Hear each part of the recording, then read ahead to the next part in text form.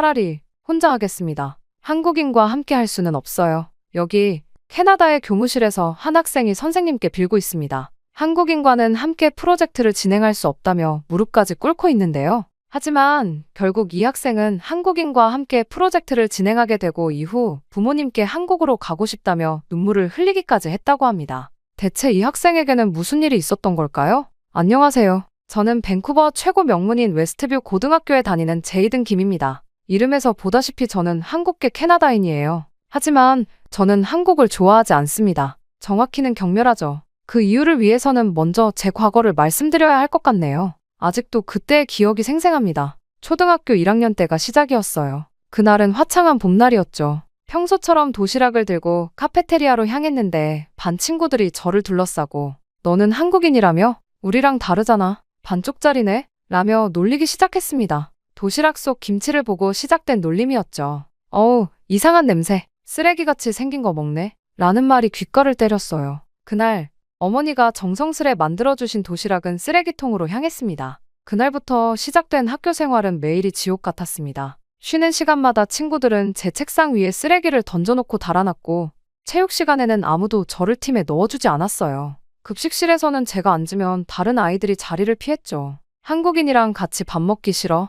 라는 말이 등 뒤에서 들려올 때마다 숟가락을 잡은 손이 떨렸습니다. 어떤 날은 점심을 먹지 않고 도서관 구석에 숨어 있기도 했죠. 이뿐만이 아니었습니다. 3학년 때는 상황이 더 심각해졌어요. 한 무리의 학생들이 화장실에서 저를 기다리고 있다가 우리나라에서 꺼져 라고 소리치며 물을 뿌리곤 했죠. 젖은 옷을 말리러 양호실에 가면 양호 선생님은 또 넌가 보다 라는 표정으로 저를 바라보았습니다. 그때마다 저는 넘어졌어요 라고 거짓말을 했어요. 누군가에게 도움을 청해봤자 상황이 더 나빠질 거란 걸 알았기 때문입니다. 게다가 제 사물함에 한국으로 돌아가 라는 낙서가 가득했어요. 지우고 또 지워도 다음 날이면 더 난잡한 글들이 새겨져 있었죠. 선생님께 말씀드렸지만 돌아온 대답은 친구들과 잘 지내보려 노력해봐 라는 무책임한 위로뿐이었습니다. 때로는 복도를 지나가다 누군가 던진 지우개에 맞기도 했어요. 하지만 아무도 못 본 척했죠. 그날 이후로 저는 완전히 달라졌습니다. 한국 게임을 철저하게 부정하기 시작했어요. 영어만 사용했고 한국어로 말을 걸어오는 부모님께도 영어로만 대답했습니다. 엄마, 아빠라는 말은 절대 쓰지 않았죠. 결국 한국 음식은 제 도시락에서 영영 사라졌고 샌드위치와 파스타만 가득했어요. 집에서도 김치찌개나 된장찌개 냄새가 나면 창문부터 활짝 열었습니다. 제 몸에 냄새가 묻을까 봐서요. 그리고 공부를 더 열심히 했습니다. 내가 1등을 하면 더 이상 무시당하지 않을 거야. 이런 생각으로 밤낮 없이 공부했죠. 특히 프로그래밍에 푹 빠졌습니다. 코딩은 인종이나 국적을 따지지 않으니까요. 오직 실력만이 중요했죠. 게다가 밤늦게까지 코딩에 몰두하다 보면 현실의 아픔도 잠시나마 잊을 수 있었습니다. 그러다 12살 때 처음으로 프로그래밍 대회에서 우승했어요. 그날을 잊을 수가 없습니다. 제 이름이 호명되는 순간 그동안 저를 무시하던 아이들의 표정이 달라졌죠. 제이든, 너 대단하다. 어떻게 그런 프로그램을 만들 생각을 했어? 처음으로 친구들이 제게 먼저 다가와 말을 걸었습니다. 이러한 제 노력은 중학교에서 더 큰 결실을 맺었어요. 1학년 첫 시험부터 전교 1등을 차지했죠. 그 후로는 단 한 번도 그 자리를 내어준 적이 없었습니다. 수학 시간에 어려운 문제가 나오면 제이든한테 물어보자. 가 교실에 새로운 규칙이 됐고 컴퓨터 시간에는 다들 제자리로 몰려들었죠. 전국 청소년 프로그래밍 대회에서는 최연소 우승을 차지했어요. 교장 선생님이 직접 전교생이 모인 조회 시간에 제 이름을 호명하셨죠. 제이든 김은 우리 학교의 자랑이자 캐나다의 미래입니다. 그 말씀에 체육관이 떠나갈 듯한 박수 소리가 터져나왔습니다. 하지만 그런 성공 속에서도 저는 한국인 한국계 학생들을 더욱 멀리했어요. 한국 음식을 먹는 모습을 보면 일부러 얼굴을 찌푸렸고 한국어로 대화하는 모습을 보면 큰 소리로 한숨을 쉬었죠. 그들과 어울리는 것만으로도 제가 한국계라는 게 드러날까봐 두려웠거든요. 나는 캐나다인이야. 한국과는 아무 관계없어. 라는 이 말은 제 입버릇이 되었습니다. 그렇게 저는 완벽한 캐나다인이 되어가고 있었죠. 적어도 제가 그렇게 믿기로 했습니다. 거울 속의 동양인 얼굴을 바라볼 때마다 느끼는 불편함은 깊숙이 묻어두었죠. 그때는 몰랐습니다. 곧 제 인생이 흔들릴 만한 일이 일어날 것이라는 걸 말이죠. 그날은 고등학교 2학년 2학기가 시작되던 날이었습니다. 평소처럼 1교시 수업이 시작되기 전 담임 선생님께서 새로운 전학생을 소개하셨죠. 여러분, 오늘부터 새로운 서준호 학생이 우리 반에서 공부하게 됐어요. 순간 제 마음속에서 불쾌감이 올라왔어요. 또 한국 학생이라니. 게다가 준호는 자기소개를 하면서 자신이 캘거리 국제 해킹 대회 우승자라는 걸 언급했죠. 그 말에 교실이 술렁였습니다. 특히 컴퓨터 과학 선생님은 눈을 반짝이며 와, 정말 대단하구나 라고 감탄하셨어요. 그날 밤 저는 호기심을 못 이기고 캘거리 해킹 대회 영상을 찾아봤습니다. 결승전 장면에서 준호는 믿기 힘들 정도로 빠른 속도로 보안 취약점을 찾아내고 있었어요. 심사위원들이 역대 최연소 우승자라며 칭찬하는 가운데 준호는 완벽한 영어로 수상 소감을 말하고 있었죠. 이 기술을 더 나은 세상을 만드는 데 쓰고 싶습니다. 그 당당한 모습에 제 가슴이 불편하게 조여왔어요. 더 놀라운 건 준호의 인공지능 프로젝트였습니다. 노인 돌봄 로봇을 개발 중이라는 소문이 돌았어요. 이미 캘거리의 한 양로원에서 프로토타입을 테스트 중이고 실리콘밸리의 투자자들도 관심을 보인다고 하더군요. 컴퓨터실에서 우연히 본 준호의 프레젠테이션 자료는 제 자존심을 완전히 무너뜨렸습니다. 교실에서의 준호는 더욱 빛났어요. 수업 시간마다 날카로운 질문을 던졌고 어려운 개념을 친구들이 이해하기 쉽게 설명했죠. 체육 시간에는 운동을 잘 못하면서도 항상 웃으며 즐겁게 참여했고 점심시간에는 자연스럽게 여러 친구들과 어울렸어요. 한국 음식을 나눠주며 문화를 소개하는 모습이 눈에 띄게 거슬렸죠. 게다가 누군가 어려움을 겪을 때면 준호가 먼저 다가가 도와줬어요. 수학 문제를 못 푸는 친구에게 차근차근 설명해주고 영어 발표를 앞둔 친구의 원고를 봐주는 모습을 보며 저는 자문했습니다. 나는 왜 저러지 못했을까? 그럴 때마다 준호에 대한 질투심은 더 커져만 갔습니다. 그중 가장 이해할 수 없었던 건 준호의 당당함이었어요. 점심시간에 도시락을 꺼내는 준호를 볼 때마다 제 어린 시절이 떠올랐습니다. 김밥을 보고 놀림받던 순간들, 도시락 냄새 때문에 급식실에서 쫓겨나듯 나왔던 기억들이 말이죠. 하지만 준호는 저와 달랐습니다. 이거 김치찌개야. 한번 먹어볼래? 준호는 오히려 적극적으로 친구들에게 한식을 권했어요. 놀라웠던 건 아이들의 반응이었죠. 와, 진짜 맛있다. 내일도 좀 나눠줘. 저는 이해할 수 없었습니다. 어떻게 이런 게 가능하죠? 제가 당했던 그 모든 차별과 놀림은 뭐였던 걸까요? 게다가 한국어로 통화하는 준호를 볼 때면 더 화가 났어요. 저는 공공장소에서 한국어를 쓰는 게 늘 두려웠는데 준호는 거리낌 없이 한국어를 썼죠. 심지어 친구들이 한국어로 인사하는 법을 알려달라고 할 때면 준호의 얼굴에는 자부심마저 보였어요. 한글은 세종대왕님이 만드신 거야. 정말 과학적이고 독창적인 문자 체계야. 이런 설명을 하는 준호를 보며 저는 혼란스러웠습니다. 제가 그토록 숨기고 싶었던 것들을 준호는 왜 이렇게 자랑스러워하는 걸까요? 더 괴로웠던 건 준호를 보면서 제 안에서 일어나는 낯선 감정이었어요. 부정하고 싶었지만 한편으로는 부러웠거든요. 준호처럼 당당할 수 있다면, 저도 그렇게 자유로울 수 있다면, 하지만 그런 생각이 들 때마다 더 강하게 부정했습니다. 준호를 향한 질투심은 그래서 더 커져갔죠. 하지만 제일 충격적인 일은 따로 있었습니다. 첫 중간고사 성적이 발표된 날, 저는 처음으로 2등이란 걸 경험하게 되었거든요. 수학에서 2점, 물리에서 3점, 컴퓨터 과학에서는 무려 5점 차이로 준호에게 졌죠. 선생님들은 두 천재의 선의의 경쟁이라며 좋아하셨지만 저에게는 처참한 실패였습니다. 제이든, 이번이 내가 더 성장하는 기회가 될 거야. 이러한 담임 선생님의 위로는 오히려 가슴을 아프게 했어요. 한 번도 놓친 적 없는 1등을 한국에서 온 학생에게 져버렸다는 사실이 저를 괴롭혔습니다. 더 고통스러운 건 준호의 겸손함이었어요. 시험이 끝난 후 준호가 제게 다가와 제이든, 내가 워낙 뛰어나서 오히려 정말 열심히 준비했어 라고 말했을 때 그 진심 어린 눈빛이 미워 죽겠더라고요. 방과 후 코딩 클럽의 풍경도 바뀌었습니다. 예전에는 모두가 제 조언을 기다렸는데 이제는 준호의 설명에 집중했죠. 와, 준호 방식이 훨씬 효율적이다. 이렇게 하면 정말 실행 속도가 2배나 빨라지네. 이런 감탄사가 오갈 때마다 제 자리가 없어지는 것 같았어요. 이후 저는 주말에도 공부에만 매달렸습니다. 다음 시험에서는 꼭 이기고 싶었거든요. 하지만 컴퓨터 앞에 앉아있으면 자꾸 준호의 프로젝트가 떠올랐어요. 제가 만든 프로그램들은 대회 우승을 위한 것들 뿐이었는데 준호는 세상을 더 나은 곳으로 만들려고 했다는 게 이상하게 마음에 걸렸습니다. 그렇게 저희 완벽했던 세상은 조금씩 균열이 가기 시작했습니다. 하지만 그때는 몰랐죠. 이 균열이 오히려 제 진짜 모습을 찾아가는 시작이 될 거라는 걸요. 그러던 어느 날 결국 사건이 터지고 말았습니다. 바로 교내 AI 스타트업 경진대회 참가팀 발표가 있던 날이었죠. 컴퓨터과학 선생님께서 참가 팀 명단을 읽어 내려가시다가 마지막 팀을 발표하셨어요. 마지막으로 제이든 김과 서준호입니다. 순간 교실이 조용해졌어요. 모두가 제 반응을 기다리고 있다는 게 느껴졌죠. 저는 자리에서 벌떡 일어나 항의했습니다. 선생님, 저는 혼자 하고 싶습니다. 하지만 선생님의 대답은 단호했어요. 이번 대회는 반드시 2인 1조로 참가해야 해. 게다가 너희 둘은 우리 학교에서 가장 뛰어난 프로그래머들이잖니. 좋은 시너지가 날 거야. 하지만 저는 포기할 수 없었어요. 그래서 결국 방과 후 선생님을 다시 찾아갔죠. 다른 친구랑 하면 안 될까요? 저는 어떻게든 팀을 바꾸고 싶었거든요. 하지만 선생님은 고개를 저으셨습니다. 제이든, 내가 준호를 왜 이렇게 피하는지 알아. 하지만 가끔은 우리가 가장 피하고 싶은 상황이 가장 큰 성장의 기회가 되기도 해. 그렇게 며칠 뒤 첫 팀 미팅 날, 도서관 한켠에서 준호를 기다리는 동안 마음이 불편했어요. 솔직히 이 자리까지 오는데도 큰 결심이 필요했거든요. 제가 대놓고 싫다고 이야기하기도 했었으니까요. 저를 비난할 수도 있겠다 생각했죠. 하지만 준호가 도착하자마자 꺼낸 첫 마디는 의외였습니다. 제이든, 혹시 농어촌 지역의 의료 격차 문제에 대해 들어본 적 있어? 이후 준호가 제안한 프로젝트는 놀라웠어요. AI를 활용해 농어촌 지역의 의료 서비스를 개선하는 원격 진료 시스템이었죠. 응급 상황 시 증상을 분석해 초기 대응 방법을 안내하고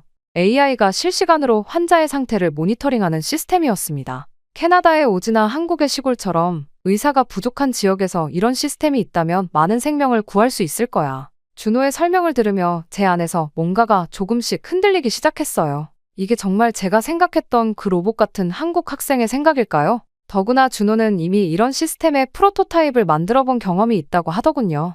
프로젝트는 생각보다 훨씬 복잡했습니다. 머신러닝 알고리즘을 개발하고 의료 데이터를 분석하고 사용자 인터페이스를 설계하는 과정에서 수많은 난관에 부딪혔죠. 하지만 준호의 리더십은 항상 빛을 발했죠. 가장 인상 깊었던 것은 제가 실수로 중요한 코드를 날려버렸을 때였어요. 보통 이런 상황이면 저는 심하게 책망했을 텐데 준호는 달랐습니다. 괜찮아. 이런 실수는 누구나 할 수 있어. 내가 100억 번을 만들어뒀으니까 같이 복구해보자. 준호의 차분한 목소리에 마음이 조금씩 누그러졌어요. 함께 코드를 다시 작성하면서 오히려 더 효율적인 방법을 찾아낼 수 있었죠. 준호는 제 의견을 존중하면서도 더 나은 방향을 제시하는 법을 알고 있었어요. 제이든, 내 방식도 좋은데 여기에 이런 기능을 추가하면 어떨까? 너의 알고리즘 실력과 내가 알고 있는 의료 데이터 처리 방식을 합치면 더 좋은 결과가 나올 것 같아. 그렇게 저는 점점 프로젝트에 몰입해갔어요. 밤늦게까지 학교에 남아 코딩을 하는 날이 많아졌죠. 준호는 매번 도시락을 2개씩 싸와서 저와 나눠 먹었어요. 처음에는 거절했지만 어느 날부터인가 그의 도시락이 기다려지기 시작했죠. 그러던 어느 토요일이었어요. 프로젝트 자료를 가지러 학교에 들렀다가 우연히 준호를 발견했습니다. 도서관 구석에서 초등학생들과 함께 있었죠. 호기심에 몰래 지켜보니 준호가 이민자 가정 아이들에게 무료로 코딩을 가르치고 있었어요. 여러분도 할 수 있어요. 코딩은 우리가 꿈꾸는 걸 현실로 만드는 마법 같은 거예요. 아이들의 눈이 반짝이는 걸 보며 가슴 한구석이 따뜻해졌어요. 준호는 아이들의 눈높이에 맞춰 차근차근 설명했고 포기하려는 아이가 있으면 끝까지 격려했죠. 그제야 알았어요. 왜 준호가 우리 프로젝트에서 그토록 의료 격차 해소를 강조했는지를. 왜 이런 일을 하는 거야? 나중에 물어보니 준호의 대답이 저를 다시 한번 놀라게 했어요. 나도 처음 캐나다에 왔을 때 많이 힘들었어. 언어도 안 통하고 문화도 달랐으니까. 하지만 많은 사람들이 도와줬어. 이제는 내가 그런 도움을 줄 차례라고 생각해. 그 말을 들으며 문득 깨달았어요. 준호는 자신의 뿌리를 부정하지 않으면서도 새로운 환경에 적응하는 법을 알고 있었던 거죠. 그리고 그 경험을 다른 사람을 돕는 데 쓰고 있었어요. 저희의 프로젝트는 순조롭게 진행됐습니다. 준호의 의료 지식과 제 알고리즘 개발 능력이 만나 시너지를 냈죠. 응급 상황 감지 정확도 98%, 의료진 연결 시간 5분 이내. 우리의 시스템은 점점 현실화되어 갔어요.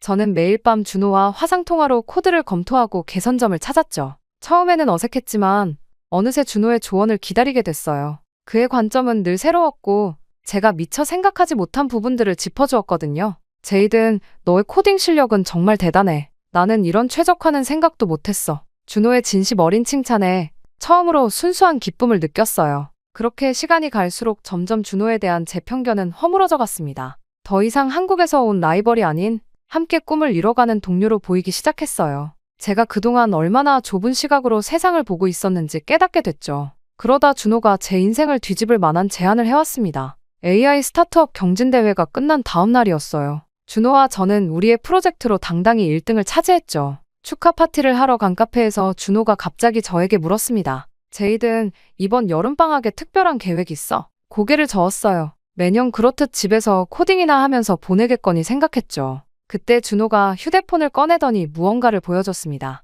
한국에 같이 가보지 않을래? 내가 가이드 해줄게. 판교 테크노밸리랑 스타트업들도 구경하고. 순간 말문이 막혔어요. 한국이라니요? 제가 그토록 부정하고 싶었던 그곳을요? 단호하게 거절했죠. 미안해. 난 관심 없어. 하지만 준호는 포기하지 않았어요. 매일 한국의 IT 기업들과 스타트업 현장을 보여주는 영상을 공유해줬죠. 특히 제 관심을 끈 건 인공지능 연구소들이었어요. 우리가 만든 의료 AI 시스템과 비슷한 프로젝트들을 실제로 개발하고 있다는 게 신기했습니다. 봐, 여긴 네이버 AI 연구소야. 우리 프로젝트 같은 거를 실제로 상용화하고 있대. 준호가 보여준 영상 속 연구소는 제가 상상했던 것과는 완전히 달랐어요. 최첨단 시설과 자유로운 분위기. 문득 호기심이 생기기 시작했죠. 하지만 곧바로 현실적인 고민이 밀려왔어요. 제가 어떻게 한국에 간다고 말할 수 있을까요? 지금까지 나는 캐나다인이야. 한국과는 상관없어. 라고 외치고 다녔는데 갑자기 한국 여행을 간다고 하면 모두가 절 비웃지 않을까요?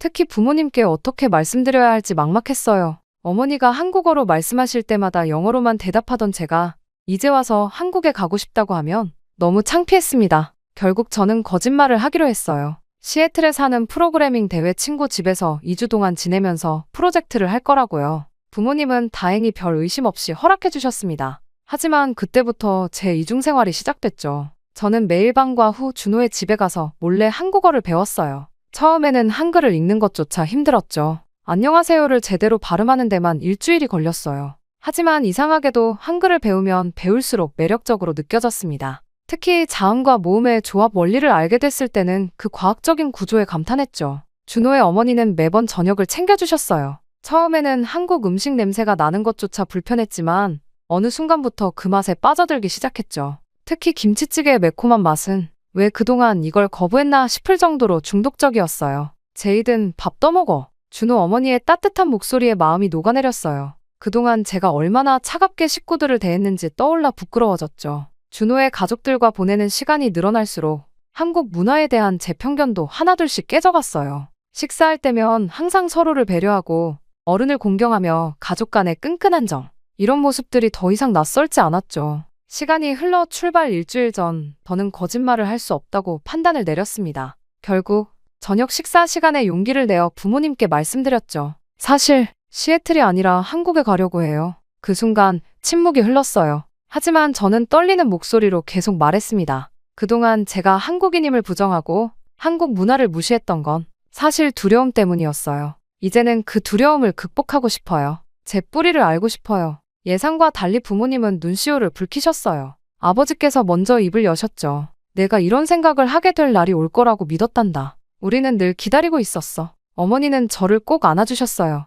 우리 아들이 드디어 마음의 문을 열었구나. 이제 진짜 내 모습을 찾아갈 수 있겠어. 그날 밤 처음으로 편한 마음으로 잠들 수 있었어요. 더 이상 숨기지 않아도 된다는 안도감, 그리고 곧 시작될 새로운 여행에 대한 설렘으로 가득했죠. 준호에게 문자를 보냈어요. 고마워, 준호야. 내가 아니었다면 난 영원히 이런 용기를 내지 못했을 거야. 떨리는 마음으로 한국행 비행기표를 확인하면서 생각했어요. 이제 시작이구나. 드디어 제 진짜 모습을 찾아가는 여행이 시작되는구나라고 말이죠. 그리고 며칠 뒤 드디어 저와 준호는 11시간의 비행 끝에 인천국제공항에 도착했어요. 처음 한국 땅을 밟는 순간부터 놀라움의 연속이었죠. 입국장에서 마주한 로봇 안내원, 얼굴 인식으로 순식간에 끝나는 입국 심사, 공항 곳곳에 설치된 첨단 시스템들. 이미 공항에서부터 제가 상상했던 한국과는 전혀 다른 모습이었습니다. 애들아, 여기야. 준호의 사촌 민수가 마중 나와 있었어요. 민수는 유명 스타트업에서 인턴으로 일하고 있다고 했죠.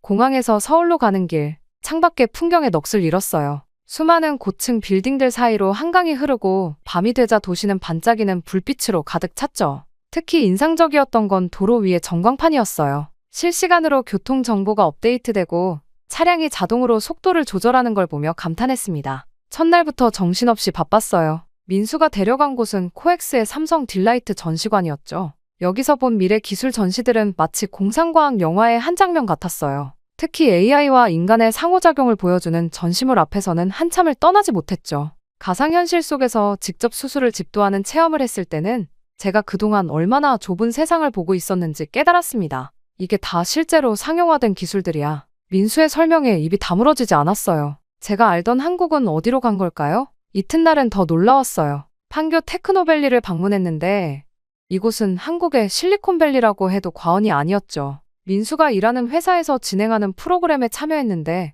전 세계에서 온 청년들이 한국의 IT 기술을 배우러 왔더라고요. 제가 그토록 부정하고 싶어 했던 나라에 세계의 인재들이 모여드는 걸 보며 묘한 감정이 들었습니다. 여기서는 매일 새로운 기술이 탄생해. 우리가 개발한 AI도 이미 실생활에 적용되고 있어. 민수의 회사에서 본 기술들은 우리가 학교에서 만든 의료 AI 시스템보다 훨씬 진보된 것들이었어요. 그걸 보면서 가슴이 뛰었죠. 이곳에서라면 제 꿈을 더 크게 키울 수 있을 것 같았거든요. 게다가 강남 스타트업 허브 방문은 또 다른 충격이었어요. 이곳에서는 수많은 젊은 창업가들이 자신만의 아이디어를 현실로 만들어가고 있었죠. 한 스타트업은 우리가 만든 것과 비슷한 의료 AI 시스템을 이미 상용화 단계까지 발전시켰더라고요. 그들과 이야기를 나누면서 처음으로 부끄러움이 아닌 자부심을 느꼈습니다. 저도 한국계라는 걸요. 또한 서울대와 카이스트 캠퍼스 투어는 제 생각을 완전히 바꿔놓았어요. 연구실에서 만난 학생들은 단순히 공부만 잘하는 게 아니었거든요. 사회 문제를 해결하기 위해 기술을 연구하고 그 과정에서 세계 여러 나라 연구진들과 협력하고 있었죠. 이런 모습을 보며 제가 얼마나 편협한 시각으로 한국을 바라보고 있었는지 부끄러워졌어요. 그리고 가장 잊을 수 없던 것은 순천으로의 여행이었어요. 준호가 먼저 저에게 저희 할아버지 고향을 방문하자고 했을 때 처음에는 망설였어요. 하지만 마을에 도착하자마자 이상한 감정이 복받쳐 올랐습니다. 할아버지께서 잘하신 낡은 고목 앞에서 마을 어르신을 만났죠. 내가 우리 영수의 손주구나. 어르신의 그 한마디에 갑자기 눈물이 왈칵 쏟아졌어요. 영수, 제가 한 번도 제대로 불러보지 못한 할아버지의 이름이었죠. 항상 품에 사탕 하나를 숨겨놓으셨다가 저에게 건네주셨던 따뜻한 할아버지의 얼굴이 생각이 나며 죄송함에 눈이 촉촉해졌습니다. 할아버지가 어린 시절 저 나무에서 매일 책을 읽으셨단다. 꼭 너처럼 공부를 무척 좋아하셨지. 어르신께서 들려주시는 할아버지의 이야기 한마디 한마디가 가슴을 파고들었어요. 캐나다로 가기 전 마지막으로 이 마을에 들르셨을 때의 이야기. 자식들에게 더 나은 미래를 만들어주고 싶다고 하셨다는. 할아버지, 죄송해요. 나무에 기대어 훌쩍이는데 준호가 조용히 제 어깨를 토닥였죠. 그제야 깨달았어요. 제가 부정하려 했던 것은 단순히 제 국적이 아닌 할아버지의 희생과 사랑이었다는 걸. 한복을 처음 입어본 날도 특별했어요. 거울 속에 비친 제 모습에 눈시울이 붉어졌죠. 그동안 부정했던 제 모습이 이렇게 자연스럽고 아름다울 수 있다는 게 신기했거든요. 경복궁을 거닐며 한국의 역사를 배우고 전통 다과를 마시며 예절을 배우는 동안 잃어버렸던 제 정체성을 조금씩 찾아가는 기분이었어요. 현대적인 문화도 놀라웠어요. PC방에서 밤을 새우고 노래방에서 목이 쉬도록 노래하고 처음에는 어색했지만 이런 문화 속에서 한국 청년들의 열정과 에너지를 느낄 수 있었죠. 특히 새벽 3시에도 배달이 가능한 문화는 충격 그 자체였어요. 이게 정말 가능해? 라며 연신 감탄사를 내뱉었죠. 그렇게 3주라는 시간은 눈 깜짝할 사이에 지나갔어요. 떠나기 전날 밤 한강공원에 앉아 야경을 바라보며 울컥했습니다.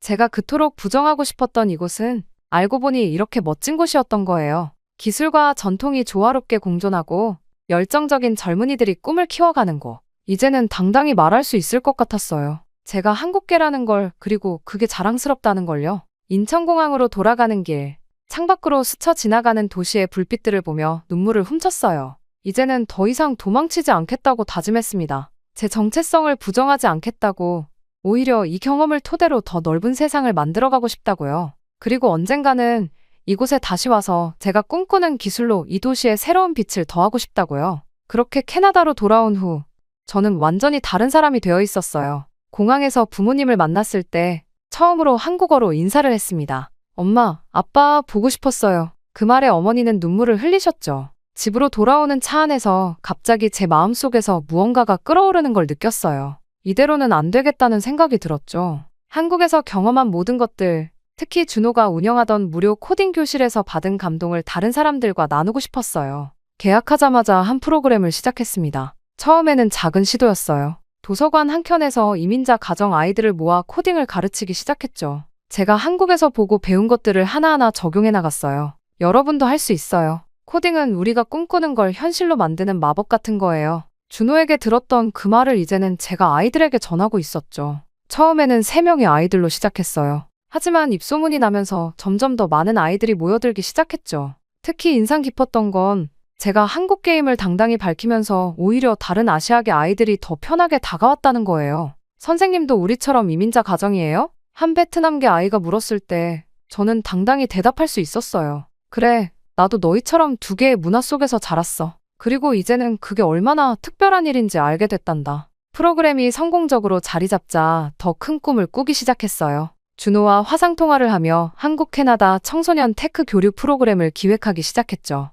처음에는 월 1회 온라인 미팅으로 시작했는데 지금은 매주 양국 학생들이 모여 프로젝트를 진행하고 있어요. 교장 선생님의 전폭적인 지원으로 학교의 다문화 멘토링 프로그램도 시작했습니다. 이제는 문화적 차이를 숨기지 않고 오히려 자랑스럽게 공유하는 문화가 만들어졌어요. 한국어로 인사하는 게 일상이 되었고 급식실에서는 김치를 찾는 학생들이 늘어났죠. 밴쿠버 청소년 IT 콘퍼런스에서 연사로 서게 된 건 정말 특별한 경험이었어요. 떨리는 마음으로 제 이야기를 시작했죠. 1년 전만 해도 저는 제 정체성을 부정하고 있었습니다. 한국계라는 사실이 부끄럽고 숨기고 싶었죠. 하지만 이제는 자신 있게 말할 수 있어요. 저는 한국계 캐나다인입니다. 그리고 그게 자랑스럽습니다. 지금 이 이야기를 들으시는 분들께 꼭 전하고 싶은 게 있어요. 제가 한국에서 배운 가장 큰 교훈은 우리가 가진 차이는 약점이 아닌 특별한 선물이라는 거예요. 저는 그동안 제 정체성을 부정하면서 스스로를 가두고 있었어요. 하지만 한국에서의 3주는 제 인생을 완전히 바꿔놓았습니다. 판교의 스타트업에서 만난 청년들의 열정, 순천에서 느낀 뿌리의 소중함, 그리고 준호를 통해 배운 진정한 리더십. 이 모든 경험이 저를 새로운 사람으로 만들었어요. 이제는 더 이상 도망치지 않아요. 오히려 제 이중 문화의 배경이 자랑스럽습니다. 매주 토요일 아이들을 만날 때마다 생각해요. 준호가 제게 그랬던 것처럼 이제는 제가 누군가에게 희망이 되어주고 있다는 게 얼마나 특별한 일인지를요. 작은 변화가 또 다른 변화를 만들어내고 있어요. 여러분, 우리 모두는 각자의 이야기를 가지고 있습니다. 그 이야기 속에는 우리만의 특별한 색깔이 있어요. 그 색깔을 부정하거나 숨기지 마세요. 저처럼 오랜 시간이 걸릴 수도 있지만 언젠가는 그 색깔이 여러분의 가장 큰 자산이 될 거예요. 이제 저는 자신 있게 말할 수 있습니다. 제 이름은 제이든 김이고 저는 자랑스러운 한국계 캐나다인입니다. 여기 미국 명문대를 다니던 학생이 토론장에서 한국인이 소리친 한마디 때문에 토론장이 초토화됐다며 다시는 한국인을 보기 싫다고 주저앉았습니다.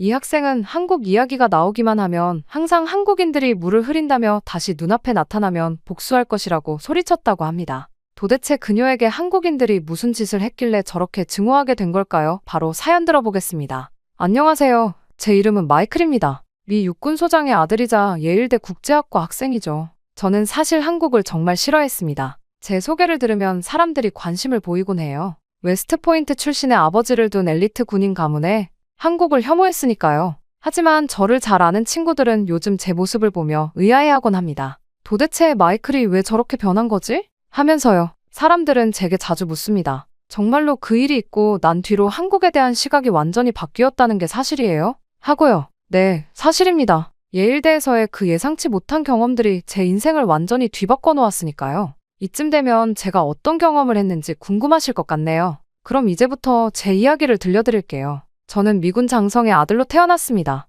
아버지는 웨스트포인트 출신의 예비역 소장이시죠. 어머니는 보스턴 출신의 명문가 교수였고요. 제가 태어났을 때부터 저희 집은 늘 군인 가족다운 규율과 자부심이 넘쳤어요. 유년 시절을 떠올리면 가장 먼저 생각나는 건 아버지의 훈련 모습입니다. 매일 새벽 5시면 어김없이 일어나 조깅을 하시고 푸시업과 윗몸 일으키기를 하시던 모습이요. 저도 5살 때부터 아버지를 따라 아침 운동을 했죠. 처음에는 힘들어서 울기도 했지만 점차 그게 자랑스러워졌어요. 다른 아이들이 늦잠 자는 시간에 저는 이미 운동을 마치고 샤워를 하고 있었으니까요. 마이클, 넌 세계 최강 미군의 DNA를 물려받았어. 그걸 항상 기억하거라. 아버지는 늘 제게 이 말씀을 하셨습니다. 어린 제게는 그 말이 마치 슈퍼히어로의 비밀을 알려주는 것처럼 특별하게 들렸어요. 실제로 저희 가족은 남다른 점이 많았죠. 아버지의 임지를 따라 전 세계 곳곳에 미군 기지를 옮겨 다녔거든요. 6살 때는 독일 람슈타인 기지에서 살았습니다. 거대한 수송기들이 하늘을 가르며 이착륙하는 모습을 매일 볼 수 있었죠. 9살 때는 일본 요코스카에 있었고 11살 때는 괌의 앤더슨 기지로 옮겼어요. 그곳에서 전략 폭격기들이 이륙하는 장면은 지금도 잊을 수 없습니다. 이런 환경에서 자라다 보니 자연스럽게 군사력이 곧 국력이라는 생각이 몸에 배었어요. 특히 미군의 압도적인 전력을 직접 목격하면서 미국이야말로 진정한 세계의 지도자라는 확신이 생겼죠. 저는 그런 미군의 피를 물려받은 것이 큰 자부심이었습니다. 고등학교 때는 버지니아 알링턴으로 거처를 옮겼어요. 펜타곤 근처였죠. 매일 아침 등굣길에 펜타곤을 보면서 언젠가는 저도 이곳에서 일하는 군 지도자가 되리라 다짐했습니다. 우수한 성적으로 고등학교를 졸업한 저는 예일대 국제학과에 입학하게 됐어요. 아버지는 제가 웨스트포인트에 가길 원하셨지만 저는 좀 더 넓은 시야를 가지고 싶었거든요. 그렇게 예일대에 입학했을 때만 해도 저는 제가 얼마나 편협한 시각을 가지고 있는지 몰랐습니다.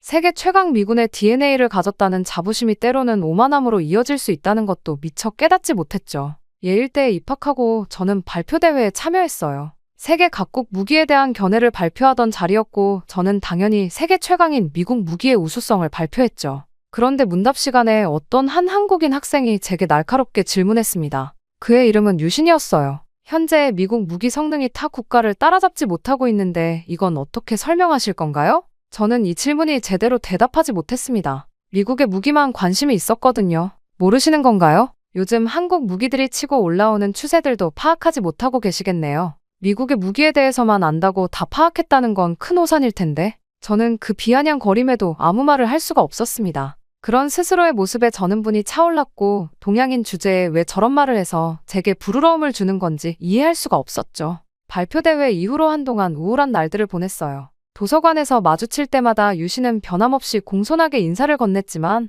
저는 그게 더 불편했습니다. 마치 제 무지를 조롱하는 것 같았거든요. 그러던 어느 날 중국인 유학생 우보가 다가왔습니다. 마이클 괜찮아? 요즘 좀 침울해 보이던데. 우보는 저와 같은 기숙사 층에 살았어요. 가끔 심야 매점에서 마주치면 이런저런 이야기를 나누곤 했죠. 아, 그 발표대회 때문인가. 너무 신경 쓰지 마. 그 한국 애가 좀 날카롭긴 했지만 저는 피식 웃었습니다. 날카롭다고. 완전히 망신당했지. 그래도 내가 틀린 건 아니잖아. 미군이 세계 최강인 건 사실이니까. 우리도 다 그거 알아. 우보의 말에 고개를 들었어요. 그는 커피를 한 모금 마시고 말을 이었습니다. 사실 우리 아시아 국가들은 결국 미국의 도움 없이는 안 되는 거 아닐까? 중국만 봐도 겉으로는 강하게 나오지만 실제로 미국과 전면전을 할 순 없잖아. 기술력이나 실전 경험이 너무 부족하니까. 그의 말은 묘하게 제 마음을 위로했어요. 그러고 보니 한국도 마찬가지 아닌가. 6.25 전쟁 때 미군의 참전이 없었다면 지금의 한국은 존재하지도 않았을 거예요.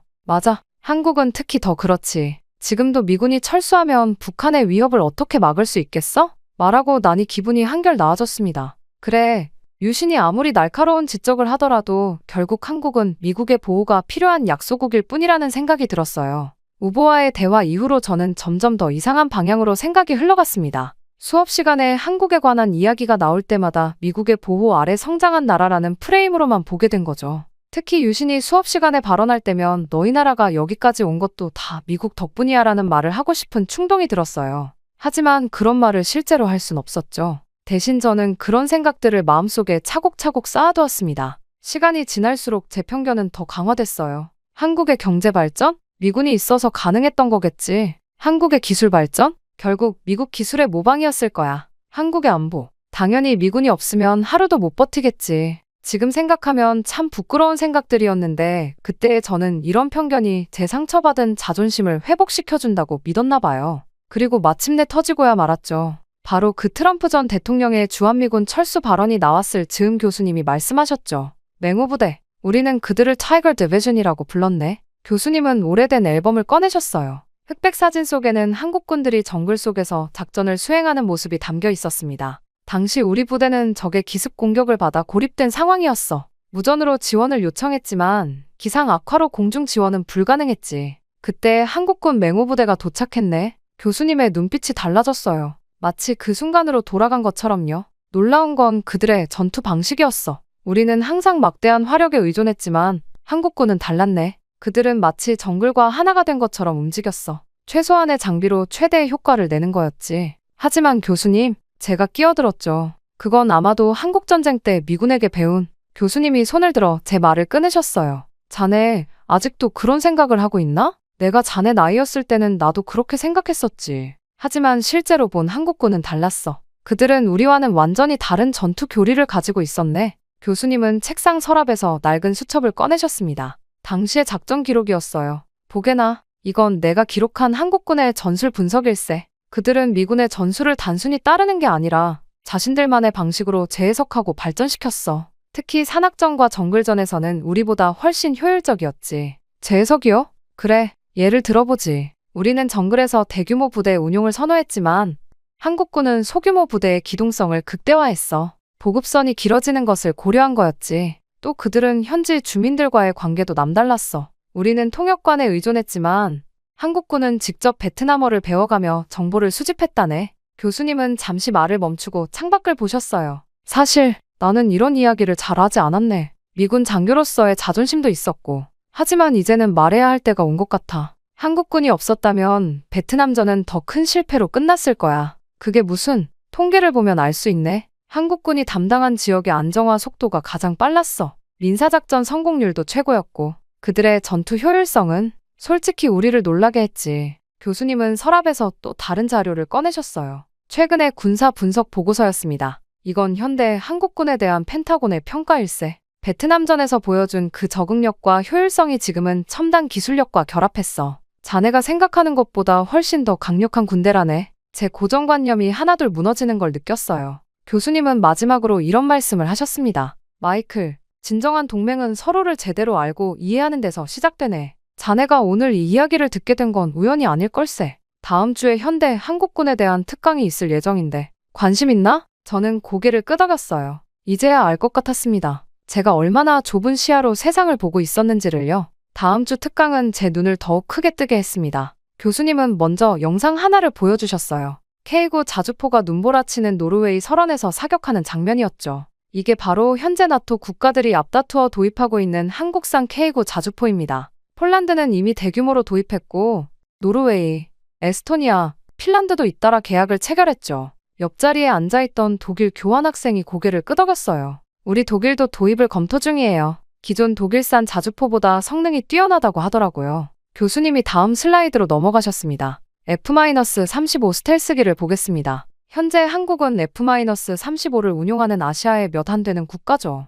그런데 더 놀라운 건 스크린에 새로운 전투기 이미지가 떴어요. 이겁니다. KF-21 보라매. 한국이 독자 개발 중인 전투기죠. F-35급은 아니지만 F-16보다는 성능이 우수한 4.5세대 전투기입니다. 인도네시아와 공동 개발 중이고 이미 여러 국가가 도입을 검토하고 있어요. 저는 믿기지 않았습니다. 하지만 전투기 개발은 세계에서 몇 안 되는 나라만 가능하다고. 맞습니다. 교수님이 웃으셨어요. 그만큼 한국의 국방 기술력이 높다는 얘기죠. 하지만 이건 빙산의 일각에 불과해요. 그리고 교수님은 한국의 예비 전력에 대해 설명하기 시작하셨습니다. 300만에 달하는 예비군. 이들 대부분이 고학력자들이에요. 실리콘밸리에서 일하다가 예비군 훈련 받으러 한국 가는 개발자도 있죠. 전시에 이들을 신속하게 동원할 수 있는 체계도 갖추고 있고요. 유럽에서 온 학생 하나가 질문했어요. 그럼 우크라이나 사태 같은 상황이 벌어져도 더 효과적으로 대응할 수 있겠죠? 한국은 이미 전시 산업 동원 체계도 갖추고 있으니까요. 방산 기업들은 평시에도 군수품 생산 라인을 유지하고 있습니다. 다음은 해군력 차례였어요. 한국형 이지스함, 세종대왕급 구축함을 보시죠. 이 함정의 레이더 체계는 미 해군도 주목하고 있습니다. 특히 탄도미사일 방어 능력이. 저는 순간 머리가 어지러워졌어요. 이건 제가 알던 한국이 아니었으니까요. 미국의 보호 아래 있는 약소국이라는 제 고정관념이 완전히 깨져나가는 걸 느꼈죠. 특강이 끝나갈 무렵 교수님이 마지막 슬라이드를 보여주셨습니다. 이게 바로 현재 진행 중인 한미 연합훈련의 모습입니다. 보시다시피 이제는 어느 한쪽이 다른 쪽을 보호한다고 말할 수 없어요. 이건 동등한 파트너십입니다. 강의실을 나오면서 유심과 눈이 마주쳤어요. 이번에는 제가 먼저 고개를 숙였습니다. 부끄러웠거든요. 하지만 동시에 궁금증도 생겼어요. 이 정도의 군사력을 갖춘 나라가 도대체 어떻게 이런 기술력을 확보한 걸까? 그리고 그 답은 다음 특강에서 알게 되었죠. 한국의 반도체와 전자 기술이 군사력으로 이어지는 과정을. 정말 놀라운 이야기였습니다. 다음 특강은 더욱 흥미진진했어요. 교수님은 한국의 반도체 산업 지도를 보여주시며 시작하셨습니다. 세계 메모리 반도체 시장의 60% 이상을 차지하는 한국. 단순한 경제적 성과라고 생각하면 큰 오산입니다. 이건 곧 군사력과 직결되거든요. 스크린에는 첨단 전자전 장비들이 나타났어요. 현대전에서 가장 중요한 건 전자전 능력입니다. 적의 레이더를 교란하고 통신을 방해하고 미사일을 기만하는 능력. 이 모든 게 반도체 기술력에 달려있죠. 한국은 이 분야에서 세계 최고 수준입니다. 옆자리에 MIT 교환학생이 속삭였어요. 우리 국방부도 한국의 반도체를 쓰고 있대. 교수님은 계속해서 설명하셨습니다. AI와 드론 분야는 더 놀랍습니다. 삼성과 LG의 AI 기술이 군사 분야에 접목되면서 예를 들어볼까요? 한국의 군사용 AI는 북한의 미사일 발사 징후를 실시간으로 분석할 수 있습니다. 발사 준비 단계부터 예측이 가능하죠. 스크린에 드론 편대가 떴어요. 이건 한국의 군집 드론 기술입니다. 수백 대의 드론이 하나의 유기체처럼 움직이죠. 미 육군도 이 기술에 관심을 보이고 있어요. 4차 산업혁명 기술을 군사적으로 응용하는 속도가 솔직히 미국과 대등한 수준입니다. 저는 깜짝 놀랐어요. 미국과 대등하다니. 하지만 이어지는 내용은 더 충격적이었죠. 이제 정밀 타격 능력을 볼까요? 이 미사일은 사거리 800km의 원형 공산오차 가 1m 이내입니다. 쉽게 말해서 800km 떨어진 곳에 창문을 정확히 맞출 수 있다는 거죠. 강의실이 술렁였어요. 이런 정밀도가 가능한 건 한국의 관성항법장치 기술력 때문입니다. GPS가 교란되어도 목표물을 정확히 타격할 수 있죠. 이 기술, 나토 국가들도 눈여겨보고 있습니다. 그리고 교수님은 가장 민감한 주제를 꺼내셨어요. 마지막으로, 이건 조심스러운 얘기지만 한국의 잠재적 핵무기 개발 능력에 대해 말씀드리겠습니다. 강의실이 숨죽였어요. 한국은 원자력 기술 선진국입니다. 농축 기술, 재처리 기술, 모든 걸 갖추고 있죠. 정말 만약에 핵무기 개발을 결정한다면 전문가들은 6개월 내에 성공할 것으로 봅니다. 그게 가능한가요? 누군가 물었어요. 가능합니다. 한국의 과학기술력이면요. 실제로 CIA도 이 부분을 예의주시하고 있죠. 하지만 한국은 그런 선택을 하지 않았어요. 평화적 핵 이용에만 집중하고 있죠. 이게 바로 책임있는 강대국의 모습 아닐까요? 특강이 끝나고 나올 때 저는 완전히 다른 사람이 된 것 같았어요. 한국이라는 나라를 너무 모르고 있었다는 생각이 들었죠. 그래서 저는 결심했습니다. 아버지께 연락해서 이 모든 걸 여쭤보기로요. 현역 장성이신 아버지라면 뭔가 더 아시지 않을까 하는 생각이 들었거든요. 그날 저녁 아버지께 영상통화를 걸었어요. 펜타곤에서 늦은 시간까지 일하고 계셨죠. 아버지, 한국군에 대해 여쭤보고 싶은 게 있어요. 갑자기 한국군은 왜? 아버지의 표정이 흥미로워 보였어요. 저는 최근 있었던 일들을 모두 말씀드렸습니다. 발표대회에서 있었던 일, 교수님의 특강, 그리고 제가 새롭게 알게 된 것들까지요. 내가 그걸 알게 됐구나. 아버지의 목소리가 진지해졌어요. 사실 한국은 이미 미국의 핵심 군사 파트너야. 단순한 동맹국이 아니라 어떻게 설명하면 좋을까? 마이클, 넌 우리 군이 왜 한국에 F-35를 판매했다고 생각하니? 첨단 무기 수출로 인한 경제적 이익? 아버지가 고개를 저으셨어요. 그것도 있지만 더 중요한 건 한국이 그만한 능력과 신뢰도가 있다고 판단했기 때문이야. 그건 단순한 전투기가 아니야. 최첨단 네트워크 전투체계의 핵심이지. 우린 그걸 아무나한테 주지 않아. 아버지는 잠시 생각에 잠기셨다가 말씀을 이으셨어요. 실은 펜타곤 내부에선 한국을 테크놀로지 얼라이언스라고 불러. 이스라엘이나 영국과 비슷한 수준으로 보는 거지. 특히 전자전 분야에서는. 전자전이요? 그래, 작년 한미 연합훈련 때 있었던 일인데 한국군이 개발한 전자전 장비가 우리 이지스함 레이더를 완벽하게 교란시켰어. 물론 훈련이었지만 꽤나 충격적이었지. 아버지의 목소리에서 존경심이 느껴졌어요.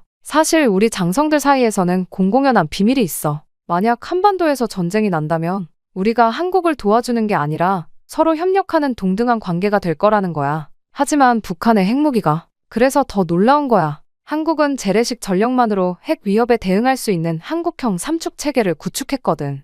킬체인, 한국형 미사일 방어체계, 대량응징보복. 이런 체계를 독자적으로 구축한 나라가 몇 없어. 아버지는 의미심장한 표정을 지으셨어요. 넌 아직 모르는 게 많구나. 한국이 얼마나 대단한 나라인지. 예를 들어 우리 특수부대원들이 한국 특전사한테 산악전 훈련을 받으러 가. 우리보다 그들이 더 뛰어나다고 판단했기 때문이지. 저는 충격을 받았어요. 미 특수부대가 한국에서 훈련을? 그것뿐이 아니야. 우리 군지도부는 한국의 군수산업을 예의주시하고 있어. 특히 신형 전차, 자주포, 함정. 이미 세계 최고 수준이거든. 폴란드가 왜 1,000억 달러 규모로 한국산 무기를 구매했는지 알아? 아버지의 설명은 계속되었어요. 한국의 군사력, 기술력, 그리고 미래 전장에서의 역할까지. 그리고 마지막으로 이런 말씀을 하셨죠. 마이클, 넌 앞으로 군사 전문가가 되고 싶다고 했지. 그렇다면 한국을 제대로 공부해봐. 그들에게 배울 게 많을 거야. 그리고 다음엔 한국 학생들을 좀 더 존중하는 태도로 대하길 바란다.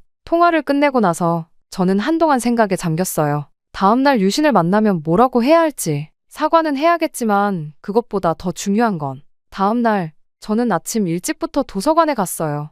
그리고 발표대회 때 유신이 언급했던 자료들을 하나하나 찾아보기 시작했습니다. 랜드연구소의 보고서를 읽으면서 깨달았어요. 그때 유신의 지적이 얼마나 정확했는지를요. 현대전에서 GPS 교란은 치명적인 약점이 될 수 있다는 점, 그리고 한국군이 이미 그 대비책을 마련해두었다는 사실까지. 여기서 공부하고 있을 줄 알았어요. 깜짝 놀라 고개를 들었더니 유신이 서 있었어요. 자리 좀 괜찮을까요? 저는 얼른 옆자리를 정리했습니다. 유신이 앉더니 제가 보고 있는 자료를 흘깃보았어요. 아, 그 발표 때 제가 너무 공격적이었나 봐요. 사실 마이클 씨의 발표도 훌륭했는데. 아니야, 제가 말을 끊었어요. 내가 맞았어. 내 발표는 구시대적이었고 편견으로 가득 차 있었지. 미국의 보호국이라고만 생각했던 내가 정말 부끄러워. 유신의 표정이 밝아졌어요. 사실 우리나라도 예전엔 그랬죠. 미군의 도움이 절실했던 시절이 있었으니까요.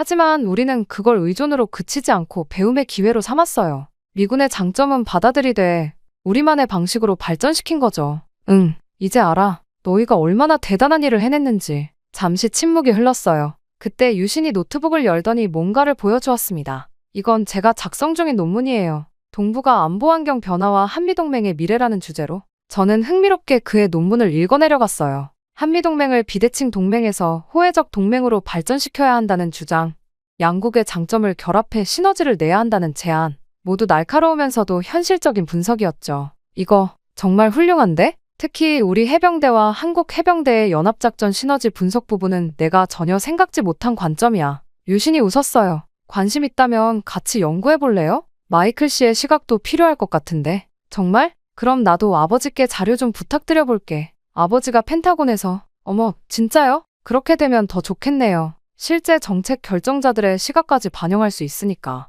우리는 그렇게 도서관에서 몇 시간을 보냈어요. 한미동맹의 미래에 대해 이야기하면서 저는 문득 깨달았습니다. 미국의 보호국이라는 편견에서 벗어나 동등한 군사 파트너로 한국을 보게 되자 오히려 더 많은 가능성이 보이기 시작하더라고요. 양국이 서로의 장점을 인정하고 보완할 때 진정한 동맹의 힘이 발휘되는 거겠죠. 특히 인상 깊었던 건 유신의 겸손한 태도였어요. 그토록 대단한 군사력을 가진 나라 출신인데도 전혀 거만하지 않았거든요. 오히려 항상 더 배우고 발전해야 한다. 고 말하는 모습이 그제야 이해가 됐어요. 한국이 이토록 강해질 수 있었던 진짜 이유를 남들이 인정해주기를 기다리지 않고 묵묵히 자신들의 길을 걸어온 그 태도. 그게 바로 진정한 강대국의 모습이 아닐까요? 오늘 아침 저는 유신에게 정식으로 사과했습니다. 미안해. 내가 너무 오만했어. 그리고 편견에 사로잡혀 있었던 것 같아. 유신은 환하게 웃으며 손을 내밀었어요. 괜찮아요. 덕분에 저도 많이 배웠으니까요. 우리나라를 더 객관적으로 설명하는 방법도 알게 됐고 그 모습을 보면서 또 한 번 감동을 받았어요. 제가 그동안 얼마나 무례하게 굴었는데도 이렇게 너그럽게 받아들이다니. 수업 시간에도 새로운 걸 발견하게 됐죠. 한국 학생들의 공부하는 모습을요. 유신뿐만 아니라 다른 한국 학생들도 모두 굉장히 성실했어요. 수업 시간에 날카로운 질문을 던지면서도 수업이 끝나면 겸손하게 교수님께 더 많은 것을 배우려 하고 우리는 아직 부족해요. 한국 학생들이 자주 하는 말이었죠. 처음엔 그저 겸손한 표현이라고만 생각했는데 이제는 그 말의 진짜 의미를 알 것 같아요. 그들은 진심으로 더 나은 것을 추구하고 있었던 거예요. 어제는 유신과 다른 한국 학생들이 준비한 스터디 그룹에 초대받았어요. 주제는 미래전에서의 한미 연합작전 발전 방향이었죠. 마이클, 내가 본 미군의 장점은 뭐야?